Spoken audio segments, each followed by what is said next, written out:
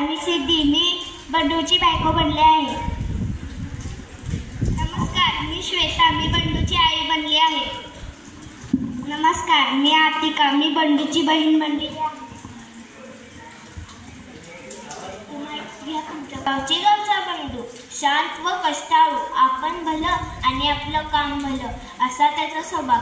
सगळ्या गावात त्याच्या या स्वभावाची चर्चा. सकाळी लवकर शेतात जायचं, दिवसभराचं काम आटपून संध्याकाळी घराकडे यायचं. घराकडे आल्यावर आपल्या मुलीशी खेळायचं अन कट्ट्यावर चक्कर मारायची. जेवायच्या वेळी पुन्हा घरी यायचं असा त्याचा दिनक्रम. सावळा रंग, शिडशिडीत अंकपाती, नाकासमोर जाणारा बंडू.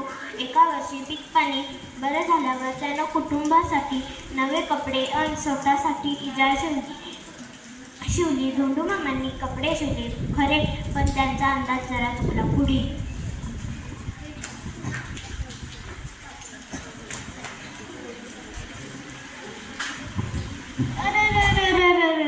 इजा जरा राम झाली, चांगली 4 फुटं लांब झाली. अगं ये काय हो, इजा जरा राम झाली, कापून टाका घालतीस का? अहो सकाळ सकाळ आणखी काय हे? मला जेवण बनायचं, निघायचं, शाळेत जायचं, मला नाही जमणार.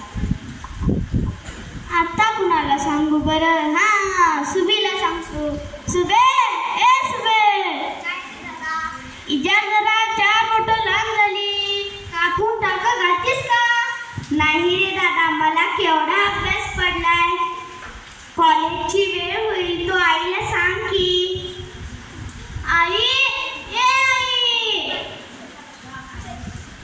काय झालं रे पोरा? या जरा लांब झाली, कापून टाका घालतीस का?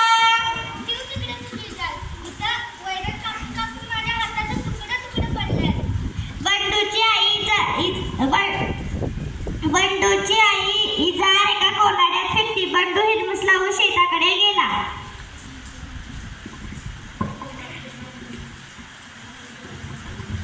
सकाळी इजार दुरुस्त करा पाहिजे होती.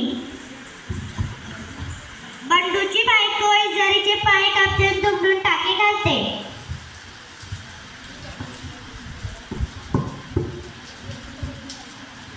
आपला भाऊ किती राबतो, कष्ट करून मला कॉलेजला पाठवतो. मी भावाचं इतकंही काम करू नये. बंडूची बहीण इजारीचे पाय कापते, दुमडून टाके घालते. उगा कसले पोरावे, एवढा राबतो पोरगा. बंडूची आई इजारीचे पाय कापते, दुमडून टाके घालते. आपलं काम आपणच केलेलं बरं. बंडू इजारीचे पाय कापून दुमडून